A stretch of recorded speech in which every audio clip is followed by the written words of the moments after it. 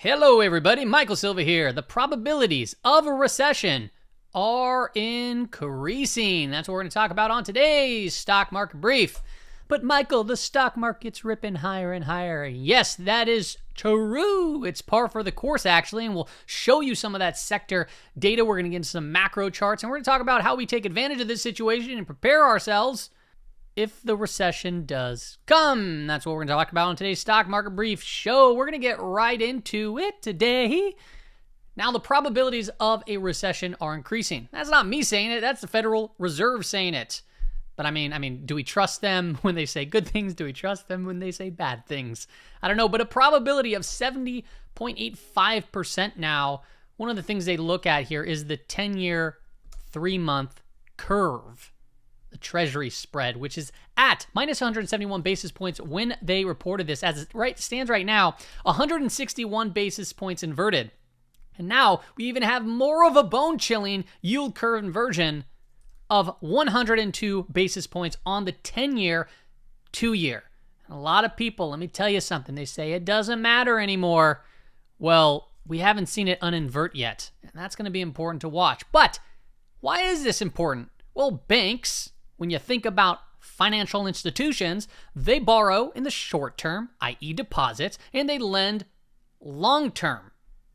Now, when we get yield curve inversions, that typically means that their profits are kind of marginalized or squeezed.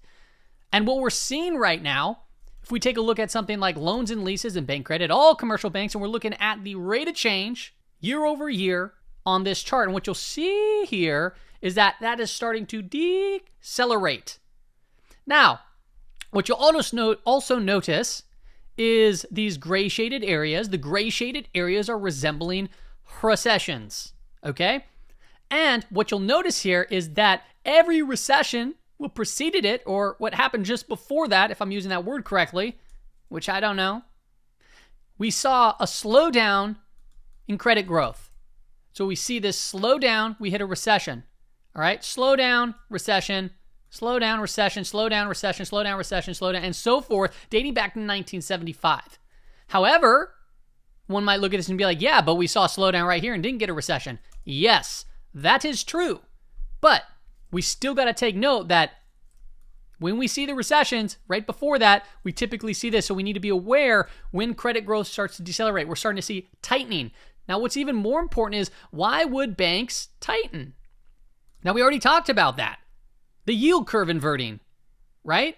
So they got to get more strict. And you can see that right here on this chart. Okay, we're just basically taking this chart and we're putting the 10-year, 2-year curve on there. And what you'll see, which is the red line, when it inverts, gets under zero dating back to the 80s, which look at where we're at now. We're back to where we were in 1981 or 2-ish, okay? When we invert, what is happening to credit growth? It contracts. When we invert, contracts. Invert, contracts. Invert, contracts. Invert, contracts. Okay? So what I'm just pointing out here is that this all makes sense, and what makes even more sense when you add that extra layer to the probabilities of a recession increasing is that we're starting to see not only credit growth decelerate, or the tightening start to accelerate, we're seeing this happening while the yield curve is inverting. And you can see what's crazy here is that typically when we go into recession, it's when the yield curve uninverts, okay? And you can see that on this chart, which I'm trying to pull up right here, okay? Now, the Fed goes into a rate hike cycle, right? And then what you'll notice here in the gray shaded area, you'll see the inversion, right? So we have inversion, inversion, inversion, inversion, little tiny inversion. We're inverted right here. And what you'll see above us, right? Feds are raising rates, raising rates, raising rates, raising rates, rates go up. Yield curve's getting inverted. Banks tighten. And then when does the gray shaded area actually populate? When do we actually go in recession? Well, it's typically when we get uninverted. When we start to uninvert. When we start to uninvert. When we start to uninvert, start to uninvert, start to uninvert. So we're safe right now, right? As it stands. But what happens when we uninvert? Well, to me, as we're seeing banks tighten, we're seeing a very deep yield curve inversion that we haven't seen since the 80s, leads me to believe that we are going to be going into a recession at some point. Now, timing that and what that means for the markets is a whole nother situation. And the fact that the markets are ripping higher, that actually makes sense from a standpoint of cycles. And I'll show you that here momentarily. Now, as we already know, the Fed is raising rates as it stands right now. They did a skip, but then he said, oh, you know what? I didn't mean skip. I shouldn't use that word. It's a pause, whatever. We got some GDP data today. Came in at 2% versus the Q1 expected of 1.3. So things are looking pretty good for the economy right now, which means what? It means that, well, the Fed is going to be raising rates. It's going to continue its path of slowing this down. You can see there's an 89% probability in the next rate hike meeting that we're going to be moving to 525, 550. So a 25 basis point rate hike. Okay, well, what about September? Well, September looks like we're going to be, as of right now, staying at that 525, but we're pricing in, this is what this means, the market is pricing in a 26% probability of another 25 basis point rate hike. So the Fed is still going to go, and there is a lag effect to these rates being increased. And Keith McCullough tweeted this out just the other day, and because a lot of people say, well, how long is the lag effect during the rate hike cycle? Well, you can see historically the lag from when rate hikes begin to when that policy tightening begins to meaningfully impact consumption growth is 14 to 16 months. And we're now in month 15 in that present cycle. So you can see they put down the breakdown zone, and where are we right now? Right about there. Interesting. Okay. Now, it's good news that we're not in a recession right now. This is something I posted out a little bit earlier because it gives us more time to get our economic house in order for when it eventually does come. Because you got to understand, there is a difference between economic cycle and the stock market cycle. And I'll show you the chart. I've showed it many times. But to prepare, we got to just do the opposite of what everyone's doing right now because consumption growth is nosediving. And to do that, we need to just, one, do the opposite, right? People don't have savings. They have high credit card balances. They're opening up new credit cards. They're behind on payments. And they have too much leverage. You don't want to get caught flat-footed in this situation if that is you. And this isn't me just saying these things. You can look at credit cards, right? We're just credit card balances, consumer loan balances, boom, continuing to press higher. Credit card interest rates, that means that debt is higher, right? It's more, costs more money to service that debt. Savings rate, boom, sitting around an all-time low, okay? So what can amplify this problem is if we do go into a recession. Because if we go into a recession, that means unemployment rate goes up. It just ticked up just the last report slightly. But if this thing takes off more, that means, well, how are we going to, that means delinquencies, the 90-day delinquency, serious delinquencies are going to continue to increase in credit cards, loans. We have student loans that are going to be coming in at the end of August too as well, right? These are all factors that we need to just be aware of. It's not to scare people. It's to make you aware of the situation because if this is you can do something about it. It's really not much more to it. If we talk about liquidity, the Fed is still tightening, right? We just got another updated report of the Fed balance sheet. Boom, down, right? This little spike right here happened when? Right before we did the bank term funding program, right? The bank crisis that lasted all of 14 hours. The bank term funding program, when that kicked in, guess what the S&P 500 did? It turned right back on too and started moving up, and this actually accelerated again on the last report. And I love this correlation right now. I'm going to continue to just watch this because as this moved up, the S&P 500 moved up. When it went sideways, the S&P 500 went sideways. Now it's going sideways, and the S&P 500 is kind of slopping around right here too. If we take a look at other factors draining reserve balances, another way of looking at liquidity, the blue line goes up, the S&P 500 went up. There's been a tight correlation here. And then right over here, it's starting to break a little bit. You start to see the S&P 500 rip higher, but now you see liquidity get another report. Boom, this moved down. You can say, well, why is it diverging? Well, maybe it doesn't matter anymore. Or it could be just like this, where the market ripped up higher, and this was draining, and then it started to follow back down. So that could very well be something to pay attention to. But Michael, the NASDAQ is just ripping. Yeah, it is. Nothing wrong with that. All right. But if you overlay something like TLT, remember, TLT, when this goes down, that means bonds are going up. Typically, when it comes to growth, right, you're talking about heavy growth names. They have a lot of debt. When the yield goes up, it's more expensive to service that debt. Okay, that's why you typically see this tight correlation between TLT and NDX. And that correlation, well, there's clearly a big spread here. Does that mean anything? It might. It might. We don't know. But you might be saying, okay, still, but the bottom was here. We're a new bull market.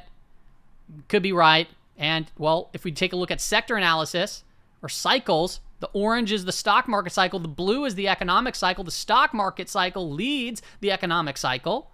And you look at, okay, well, what sectors perform the best when you start getting towards that market bottom? Technology, comm services, discretionary. But during that time where you start to find a market bottom, you're also potentially entering into a recession in the business cycle. Well, how good are these sectors performing right now? Technology, communication services, consumer discretionary, 38%, 34%, 30% on the year to date. So, what you're trying to tell me here is this is actually making quite a bit of sense. You have these sectors trying to find itself a market bottom. The next one that starts getting some love is industrials, and industrials is up 9%. Right? A lot of people have been saying, well, look at the market. It's doing really well. But not everything, right? It's been pretty risk on because you have risk on sectors versus the risk off, such as financials. Sorry, not financials, consumer staples and utilities.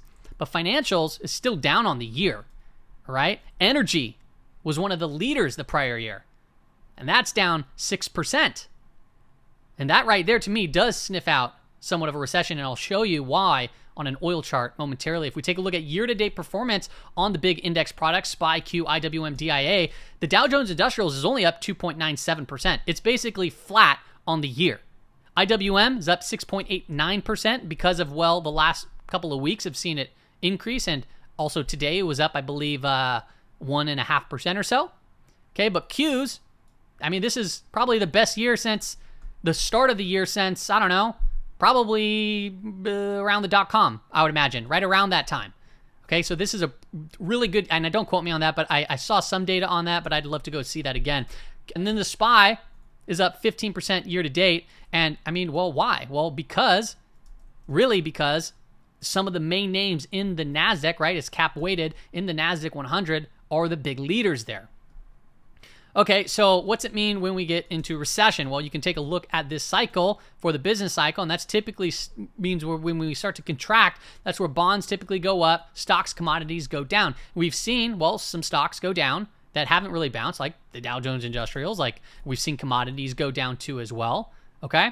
So can this be the potential market bottom? Well, it can very well be, but you can't rule it out potentially falling further. I will still show you this, and you can hate on this data if you want to, but I'm not just, this isn't bias. This is me just presenting you data. All right, it's presenting data. I will show the Wilshire 5000. That's a total market cap, full cap index. When you see the gray shaded areas, those are recessions, and what you'll notice is when we enter into a recession, well, the market found its bottom thereafter, meaning that if we're not in a recession, history tells us, well, the bottom will eventually come, which would be the last leg of the current bear market. Okay, recession, leg lower, recession, went lower, recession, went lower, recession, went lower, recession, went lower, recession, went lower. We have not entered into a recession yet. Is this going to be the time where it is different, or are we going to follow the same path going back to the 1960s or since a recession here in 1975? Well, I'll show you this. Copper doesn't look healthy, so commodities are going down. So this does represent, that stage one in the business cycle, and copper is an important one to watch. This is the chart of copper. We've had 1, 2, 3, 4, 5, 6 consecutive days to the downside. So if this continues to see more blood, that might not be good for the S&P 500 because we track out these divergences. Now, this is already a big sell-off, so I'd expect eventually some relief as far as a bounce goes. If you take a look at oil, this got hit pretty hard, and we're starting to see a little bit of a relief bounce there. But if you zoom out and you look at the 12-month, sorry, not 12-month, the monthly chart of oil, what you'll notice here, I overlay a rate of change, a yearly rate of change. And what you'll notice here is when we reach a very high move in the price of oil on a year basis, rapid rate of change on the monthly time frame, recessions have followed. And that goes back to the 1987 crash where we saw a big spike in oil, 1990 crash, the dot-com bubble, the financial crisis, and I guess what, this time is going to be different? I don't know. It'd be crazy. And then obviously if you take a look at the 10-year yield, what's going on here, it looks like it's about to start breaking out, which is pretty impressive to say the least, which means what? Means that money is getting more expensive to service, especially for heavy growth names. So this could be very well bad, but we'll see here if this has some legs to continue. And this tracks obviously really well to the 30-year mortgage, okay? And the 30, I'm not going to get into the housing data on today's video because I didn't pull it all, but I will say that it is getting quite expensive to service or to buy a new home using those 30-year mortgages. It's like 6% right now. All right, if we continue on, market's going up. As we know, it's moving into a period of seasonality. If we're looking at the NASDAQ pre-election years, it's moving to a seasonality where we go up in July, we come back down, and we kind of just go sideways till, well, November. So that's the seasonality chart, and it's been tracking pretty well. Now remember, this is the last trading day of the month and the quarter, and you can sometimes get a window dressing, month-end, quarter-end markup, and seasonality tells us that we can see a nice move up. Okay, well, be prepared if that's the case. This is pre-election years, and this is including everything else right there. So that's always a possibility, and we've been watching this and tracking this. If you haven't seen it, you can go back to the prior videos. So that means what? It means, well, get ready. We can potentially see another trend day here. Doesn't mean that the market can't go up, okay? All right, I want to take a moment to just thank some of, not my sponsors, but partners, and then also my Patreon group. You'll see these links that are down here in the pinned comment section. First and foremost, the Patreons that support this channel. I couldn't do this, and I couldn't make all this content. I couldn't have left my full-time job if it wasn't for you to help me do so. So thank you to do that. I only charge $9 a month. I do not charge an arm and a leg. This is not an expensive service. It's not an alert service, but I give trade ideas. I update my watch list. I give expected moves for monthly and quarterly, weekly, daily. And then I also update the zone sheet, which is an awesome indicator from originally created by Joe Catanzara. And what I do is I extract bulk data from it, and it allows me to visually see where things could be oversold and overbought in various intermarket things. So when I take a look here at this as it stands, this is an updated sheet. This green range over here, this is telling me, okay, we're reaching the lower end right now for the bonds, right? As the 10-year yield is reaching up higher, and it tells us the potential upside to the high end, the downside to the low end. And then what I'm also seeing is stuff like utilities getting to the low end, XBI, which is biotech. So these could be potential opportunities. And then I'm also seeing things like gold there too as well, reach down to its lower range. And that was something that we talked about on yesterday's market brief. Another one is Bookmap. If you trade intraday, okay, this software is something that I use on a daily basis. I don't trade without it. If you've heard of the thing called level 2 or market depth, right? Level 2 data, this will paint this on the screen as a heat map. Now they just hooked it up with a promo code BM20. That's for the monthly plans, but if you click the link, they also give you up to 50% off the quarterly and annual plans there too as well. And then the last but not least is obviously Interactive Brokers. If you're looking for an award-winning platform or service, these guys are absolutely great. And if you click that link too, there's also this campus button, and they have the podcast. They have a bunch of different articles that are very intellectual articles that go through a lot of fine data. So it's something to check out there. Let's hop into the S&P 500 and the NASDAQ 100. Okay, so we talked about the potential for a recession. We talked about slowing data. It doesn't look all that great, but the market's going up, right?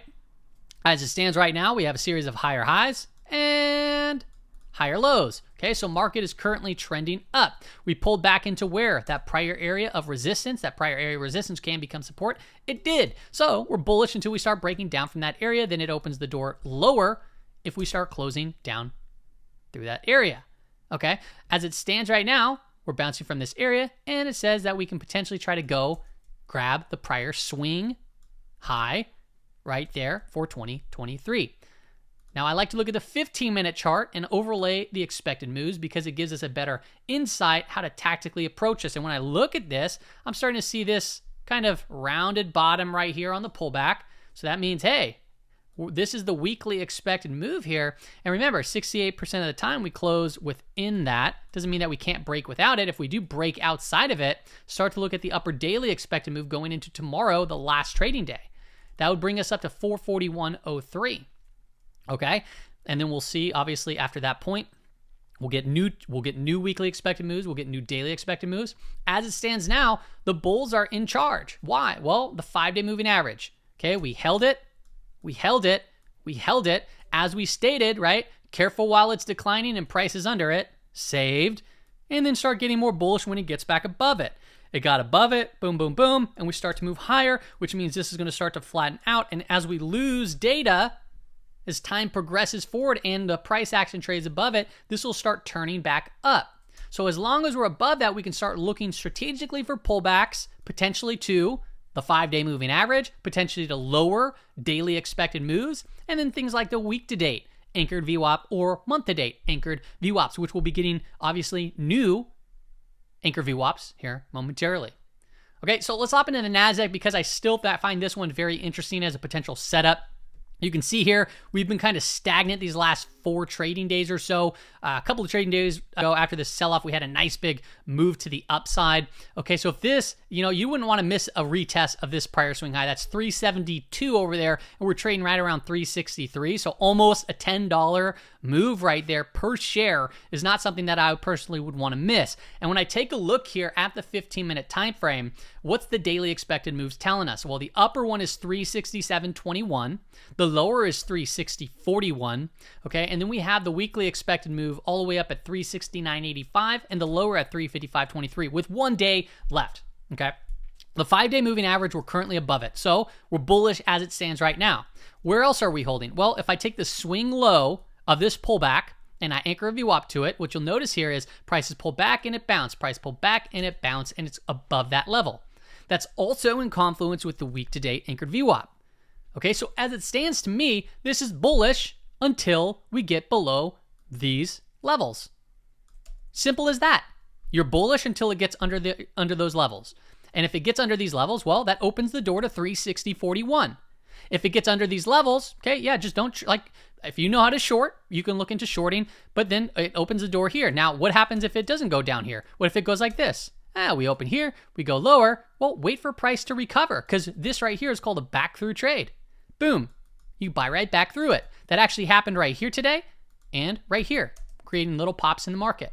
The main area that I really want to pay attention to going into tomorrow is the same level that I talked about just yesterday, and that's 364.88. Actually, if you look at the high today, it tagged it to the penny.